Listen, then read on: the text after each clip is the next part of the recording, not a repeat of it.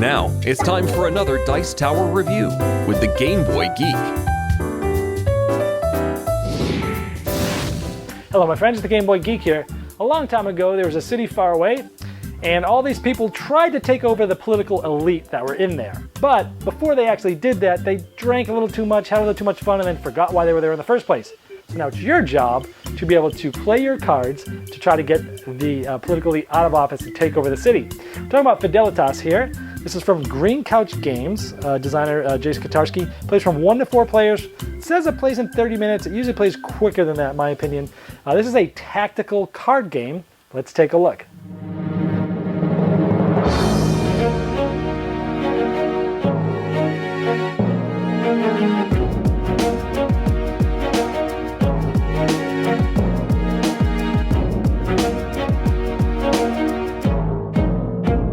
In Fidelitas, you're trying to get 10 points by accomplishing secret goals. In the game, there are 10 locations located by these 5 cards and 2 sides of each card. To give you a closer look, we have the magistrate's office, the library, the tavern, university, and so on and so forth. 10 cards are randomly placed to start the game, 1 in each location. Each player is given 2 of these Virtus cards, which are basically cards you'll be playing on the table. And you get 2 Mizio cards, which are basically their secret goals that you'll hold in your hand that the other people won't be able to see, and that you'll be trying to get points by sufficing these goals. For example, this guy, the commander. If at any point there are 5 locations containing at least 1 soldier, you can flip this up on your turn and get 2 points. Or 1 location must contain at least 8 cards. 1 player is given the start player token, and they go. Here's how a turn works. You're simply going to play one of your Virtus cards on any of the locations that it says that you can. Now, for example, this one has their different guilds. Some of these guilds you'll see are actually on the board with these cards. If you have a card that is from that guild, for the most part, you have to play this card on one of the locations that has that logo on it. Now the game started randomly, so you may see people are going to start moving them out of there. But when you play one of these that has a guild that's on the table, you have to play them in that guild. Otherwise, there's other cards like this, like the soldier, that if they're not in one of these guilds, there's many of them that aren't, you could place it anywhere. So maybe I place this, because I'm going after this goal that said, I want 5 locations to have soldiers. Well, right now I have 1, 2, 3, there's already 4. I'm 1 away from getting that there. Now, when I'm done with that, if any of my goals are completed, I can point them out to my opponent, flip them over, and show them that I have these points, and then keep them there, flip them on my side there.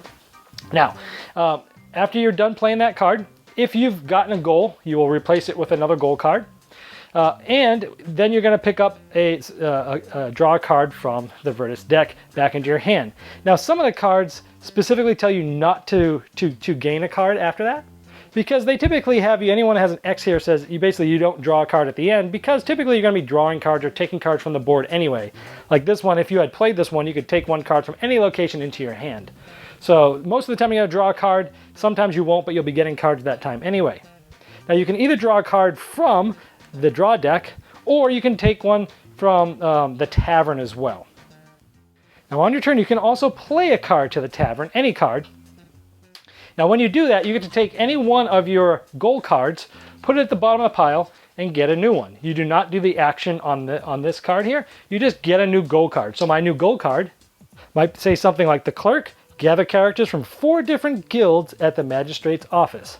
So here I'm trying to get 4 different guilds at the magistrate's office to try to get that goal. And then I draw a card again. I could draw one off the top, or again from the tavern. But since I played here, if I want to grab one from the tavern, it's got to be from the other side.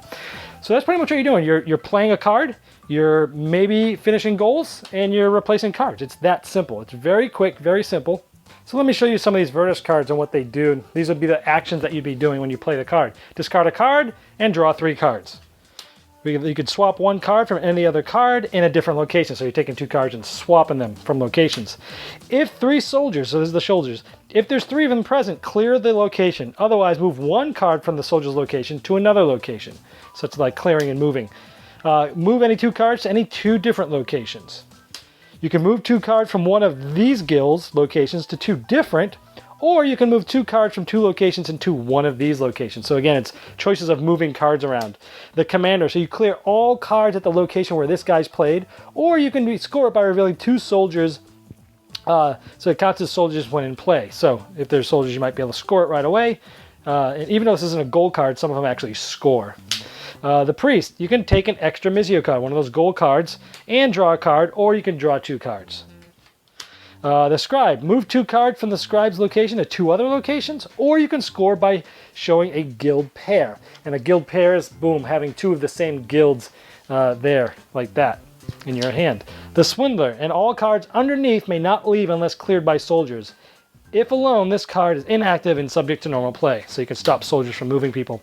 The Brute, no cards may be added where the Brute is present except soldiers, or score by revealing 3 cards from different guilds, not soldiers. Again, you can play that one or score it. The Thief, you take 1 card from each player with more than 2 cards. And you don't draw anything.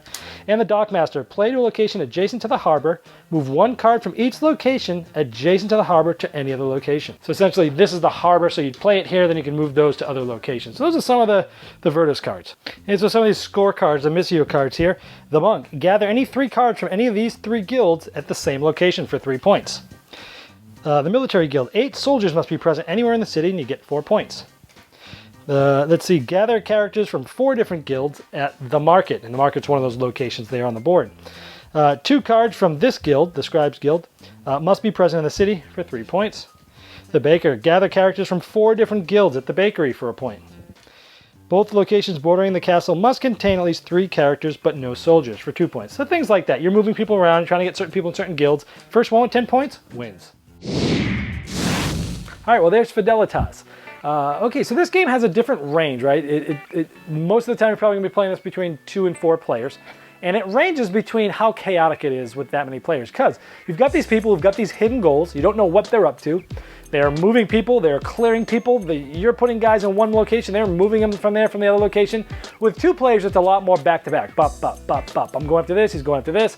Now, after you've played the game a lot, you probably will understand or have an idea of what a lot of those gold cards are. And you can watch people and probably even guess what gold card they might have. But for the most part, you're just watching them do things and you can try to mess with them. Or sometimes by you just going after your goal without even knowing you're messing with them. So for 2 players, I like this probably the best because, you know, it's a little more controlled chaos. Where with 4, you've got 3 other people going after their own agenda. You're going after your own agenda and it's like, oh my gosh, all this stuff's going on and it's more chaotic. So if you like more controlled chaos, 2 players probably the way you're going to like this game the most. If you don't mind a lot of chaos in your games, a lot of craziness, 4 players is probably the way you're going to like this game. All in all, I enjoyed it. I didn't dislike the game. I like how you've got these. I always like games where you have hidden goals. And if you don't like them in this game, you put somebody in the tavern, go get a new goal. Cool things like that. So if you don't feel like you have to get stuck with that. I think there's a lot of good design choices in this game. It's a quick little filler game. If you like tactical games where you're trying to play things out and move things around and try to get your hidden goals, this might be one you want to look at.